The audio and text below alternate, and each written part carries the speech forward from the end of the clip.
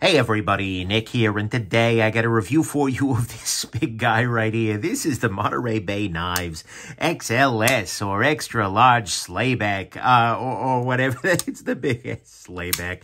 Whatever it is, it's huge, and it's a cool knife. But actually, before I go any further, I gotta thank Monterey Bay Knives for sending this guy along. When they announced these were coming out, I said, hey, yeah, absolutely, I'll check it out. I'd seen the smaller version of this guy at Blade Show West, in 2021, and, you know, I was just curious and hadn't actually gotten a chance to review one. But nonetheless, I told him, as always, I'm going to talk about the good, the great, the bad, and the ugly. It might be a gem, it might be junk. They still sent it along. Nonetheless, we do have to assume this is the very best quality controlled one of these guys ever, and I'm doing my best not to let that affect the nature or the quality of my review. Next thing, let's do some size comparison real quick.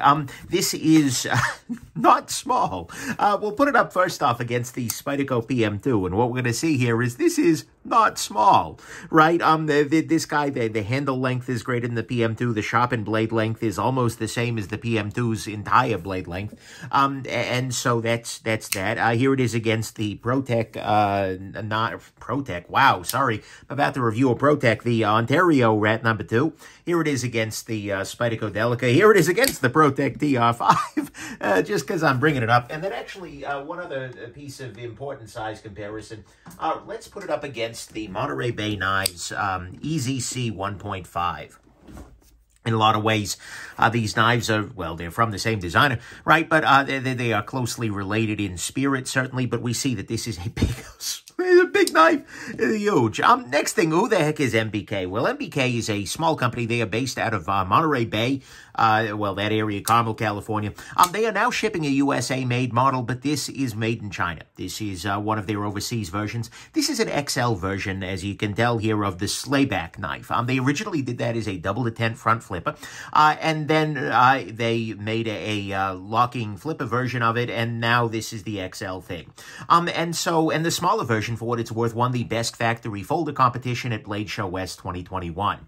So anyways, let's go ahead and jump into the good, the great, the bad, and the ugly of this very interesting little knife right here. So on the good side, to start with, this does give us some size choices, right? This version here is quite large. I mean, the blade length on it here is coming in pretty uncontroversially at 3.5 inches. It is a big freaking knife. And it just kind of feels big. Every part of it is a little bit on the larger side.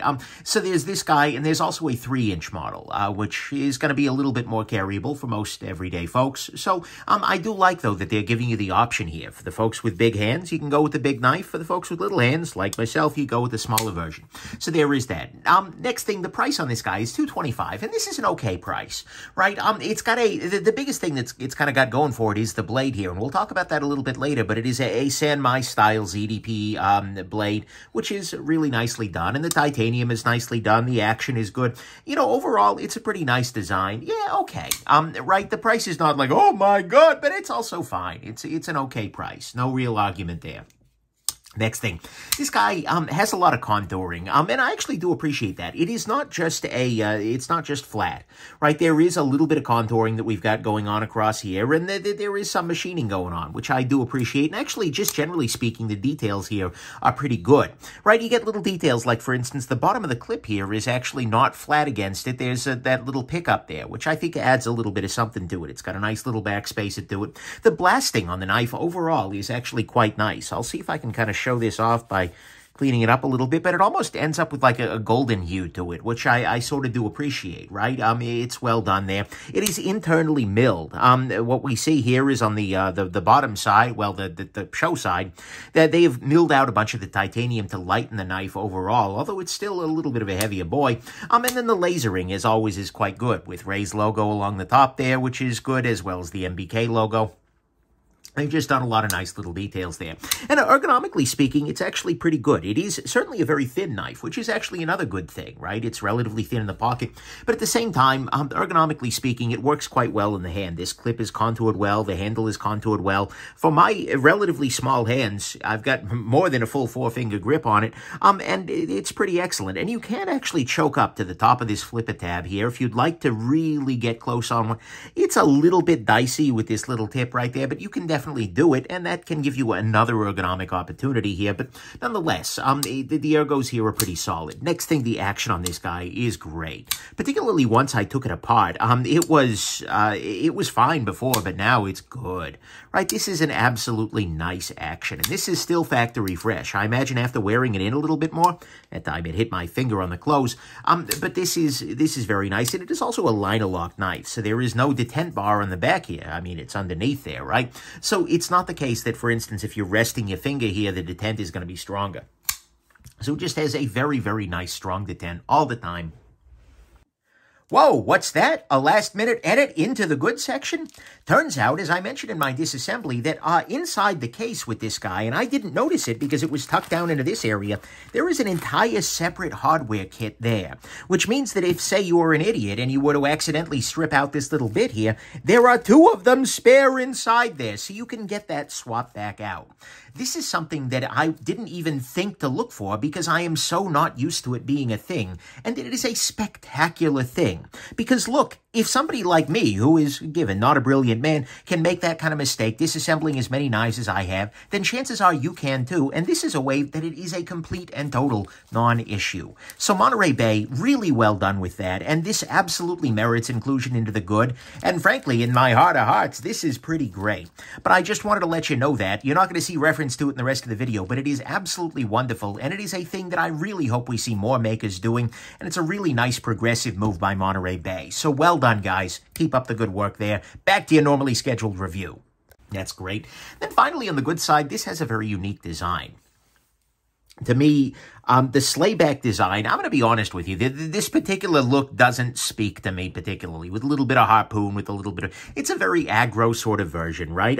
And, you know, I appreciate that at some level, and it is very much a Ray Laconico design, right? I mean, that's kind of Ray, but a lot of his stuff tends to be a little bit more minimalist, no nonsense. This has a little bit more nonsense involved. That's not a problem at all, right? And one thing that's actually worth noting is that the design is not just a handle swap. I'm sorry, a blade swap, right? It would have been very easy to just take an well, in this case, it would have been the XLC handle and to just swap in a weird, crazy blade. But instead, they've actually done a bit of curvature along the back here. The entire knife is subtly different for it being a Slayback. And so, in a lot of ways, I think that this design doesn't particularly appeal to me, but I think it will appeal to a lot of people, and I think that's pretty neat. So, to me, all of that is the good, is that it's got a pretty unique design. It's got a really nice action to it. It's got nice details. It's relatively thin in the pocket here. There's some contouring, some solid ergonomics. The price is fine. It's okay. And you get 2 different size choices. To me, though, the great part about this knife, although for some it'll probably be the design, it's the blade. This blade is great. So what this is a ZDP steel, ZDP 189. Which is a very, very nice steel. It's been used by Spyderco for a long time, and it's a serious business, but it has been hardened to 66 or 67 Rockwell hardness, and that's given. I have not tested that, right? I haven't gone through and done the exact math. That's a very, it's a tricky process, but nonetheless, they are claiming 66 to 67 Rockwell hardness on this, and it has then been jacketed with 420J steel up at the top here, creating a San Mai style sandwich Damascus, if you will. It's not really Damascus, it's just a pattern weld, I suppose. But it's worth noting, though. You're going to look at this, and some people might think, oh, so this part up here is 420, this part down here is the ZDP. Well, yes, but no. The ZDP is actually in the middle of the knife. And in fact, if we zoom in a little bit, we can actually see the line right here. Kind of in the middle, you see there's that stripe of darker plate, because the ZDP is less stainless than the 420. And so you can see all along the knife here that the ZDP is actually a slightly, can we see it down here? There was another place where it was pretty visible. Oh, yeah, right there. But you can see that the ZDP is in the middle. It's sandwiched between layers of the 420J rather than being just down here. Like, for instance, you'll see some knives that have like a, there is D2 attached at the bottom there. No, this is all throughout. So it's going to have the strength of the ZDP throughout. It's just got this outer jacketing here for stainlessness. So that's a really cool little thing. And then in addition to being a cool blade metallurgically speaking with the ZDP, EDP Sandmai. It is also a big old Wharncliffe blade, and right, Wharncliffe blades have some definite, there's a reason that a lot of utility knives are Wharncliffe style. They have some very definitive, especially for kind of draw cutting, they can be very, very nice. And it also comes to a thin edge. Honestly, this is, and it's relatively thin stock too. If we compare this to like the PM2, we see that the stock is way, way thinner. And so as a result, this is going to be a very nice cutting tool. And in fact, it was a very excellent cutting tool for me generally. But frankly, I just kind of like seeing things a little bit differently. ZDP is a nice steel, and this is a nice treatment of it. And it looks cool, right? They've done something neat and interesting with it, and it's a little off the beaten path. Absolutely, yeah, if you're looking for absolute raw performance, but at the same time, it's fun to see them doing something a little different. And so to me, the very greatest part of this knife, although there's a lot of good here, is going to be that blade, which I think is just excellent, and it's a little different. And in a knife world of same, I will take some different. On the bad side, the size is definitely quite a bit here, right? And more importantly, the whole profile of it. This is going to send Irma from accounting diving under the table if you take this out during lunch to pop open your chips, so to speak. This is a big old freaking knife. And so, that you want to keep that in mind. There is the smaller version, and I think for most people, the smaller version is going to end up being the better daily carry choice. But there you go. Next thing, I do kind of wish that the size wasn't delineated by materials. What I mean by that is right now, on their website, you can get this guy in titanium, and you can get the small one in carbon fiber. It'd be nice to have the option to do the big one in carbon fiber and the small one in Ti too. I know they've had the small one in Ti. I assume this is just like supply churn. They're going through batches of them, but at the same time, I kind of wish that we had the option to choose on both sides at all times. So it's probably just an availability thing, but I'd still like to see that. Next thing, the naming here is a little bit weird because the Slayback was originally a double detent front flipper. Now I think they're all actual flippers with liner locks and whatnot. And this is now the XLS, which is different from the XLC. But this is not an integral. Unfortunately, the naming scheme isn't particularly semantic over there, right? You can tell me a product name, and I have very little idea what the actual feature set is these days. I kind of hope that future model names will make a little bit clearer where there are distinctions, right? Is this an integral? Is this a Slayback style blade? Is this a front flipper? Is this a double detent? That's a little bit frustrating, right? It feels like it's always a guessing game when you hear about a new model there. Little detail, but it's a thing. One thing that is worth noting is that Wharncliffe-style blades are great for many kinds of cutting, but they're very bad for other kinds, right? This is a Warnie blade, and unfortunately, Warnies, they're great for some things, but they're not good for cutting down onto a surface. If this is a flat surface right here, what you're going to see is, especially with the flipper tab, and even more so with your fingers here, there is really not much of this blade that's able to touch down onto a cutting board or something. You're going to be forced to make draw-style cuts, for instance, if you're doing food prep, and so you're only really using this very bottom part of this, and you're kind of digging the tip into whatever you're cutting with. So as a result, the Wharncliffe blades can definitely have some disadvantages as opposed to a good old-fashioned, and there is no belly for the blade either, so there's no ability to rock or anything like that, right? This definitely does have a disadvantage there, and so you want to keep that in mind. Wharncliffes are great for some things, not so great for other things.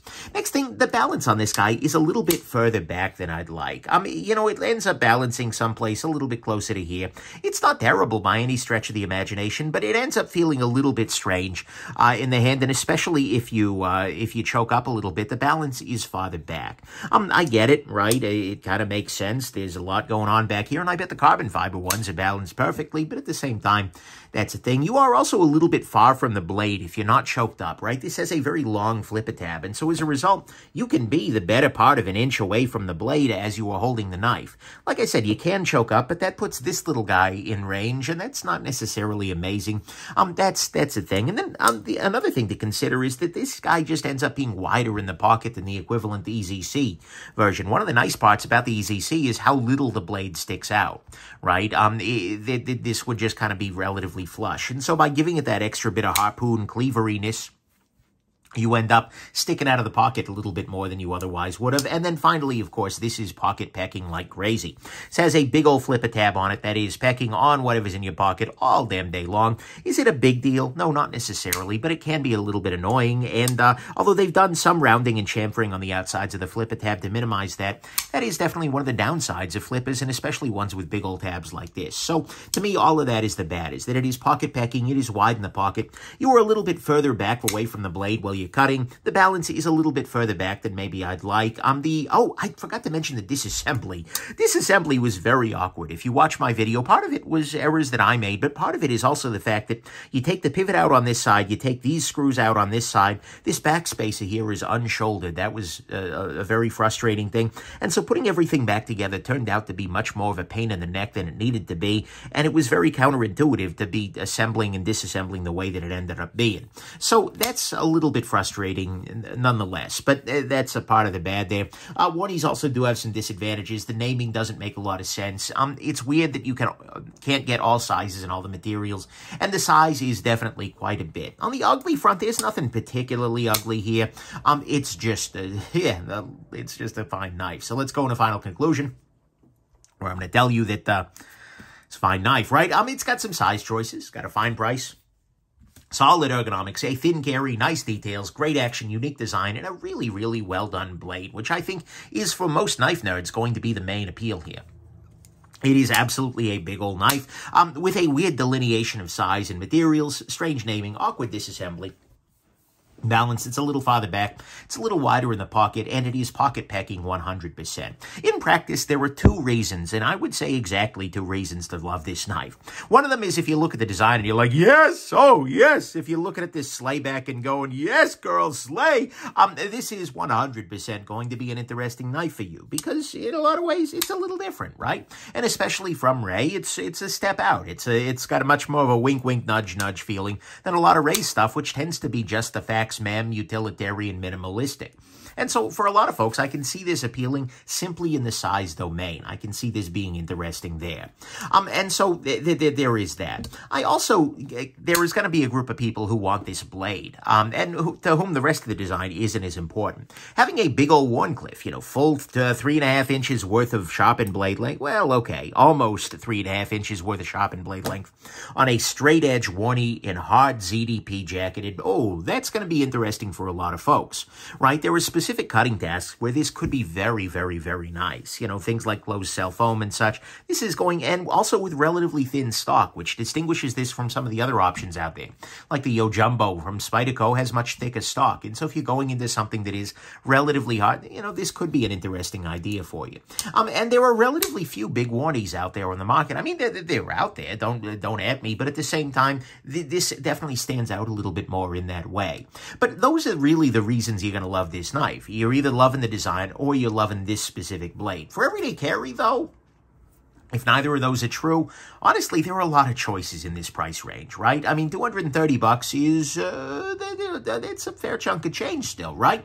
And there are lots of things out there that you can get, and you can get some of them that are definitely going to be smaller in the pocket, like the ZC, or frankly, even the XLC, which is an integral, which has its own set of things, but at the same time, you can definitely go with something that's going to be a little bit more practical and is going to have a blade shape that is a little bit more universally useful, right? There's a lot to be said for having a little tiny bit of belly, particularly for cutting down into things, etc. So, I would say that there are probably other choices if you're just looking for an EDC, but ultimately, this is going to be a very nice choice for you if you love the design or if you love the blade, right? That's where this is going to be interesting, and that's where this could very easily be a gem for you. But otherwise, if you're not digging the design, you're not needing this particular blade, then I think you could pretty easily be dissuaded from picking one up. Okay, anyways, there you go. Hope this is interesting, and have yourselves an absolutely wonderful rest of your day. Now I got to send this sleigh back. Okay, bye now.